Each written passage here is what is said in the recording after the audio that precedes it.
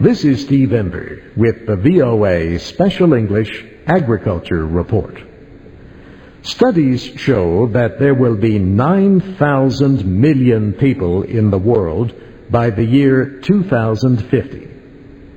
The United Nations has warned that many countries will have to increase food production to satisfy their population demands.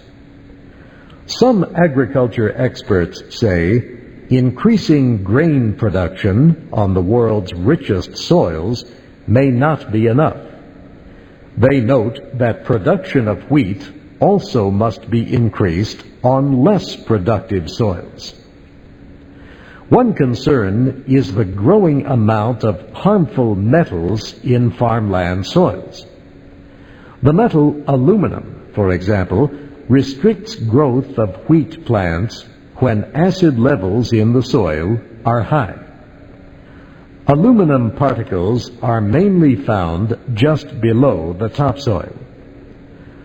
Aluminum restricts plant growth on more than 30% of all farmland worldwide.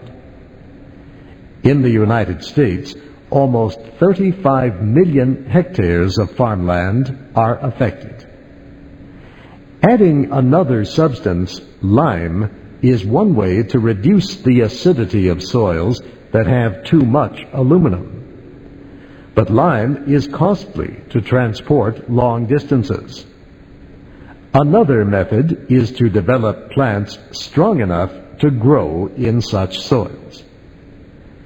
J. Perry Gustafson is a genetic expert with the Agricultural Research Service of the United States Agriculture Department.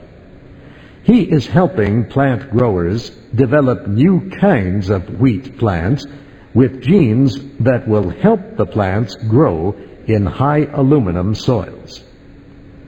Mr. Gustafson works with the Plant Genetics Research Office in Columbia, Missouri. Scientists there have been studying the genetic structure of wheat. They have identified the area of a gene that resists aluminum. They say the aluminum-resistant gene is between two marker genes that are close to each other. Wheat growers can now choose plants that have these markers. The Department of Agriculture says this process may reduce by half the time required to develop a new kind of wheat. Currently, 10 to 15 years are necessary. The genetic marker was identified in a wheat plant native to Brazil. No other wheat grows as well in high aluminum soils. Mr. Gustafson says that borrowing genes from another grain, rye, may be the best hope for wheat to survive in acidic, high aluminum soils. He has found genetic markers in rye plants that are closely linked to the aluminum-resistant genes. He hopes the markers can be used to help move the desirable rye genes into wheat. This VOA Special English Agriculture Report was written by George Grove.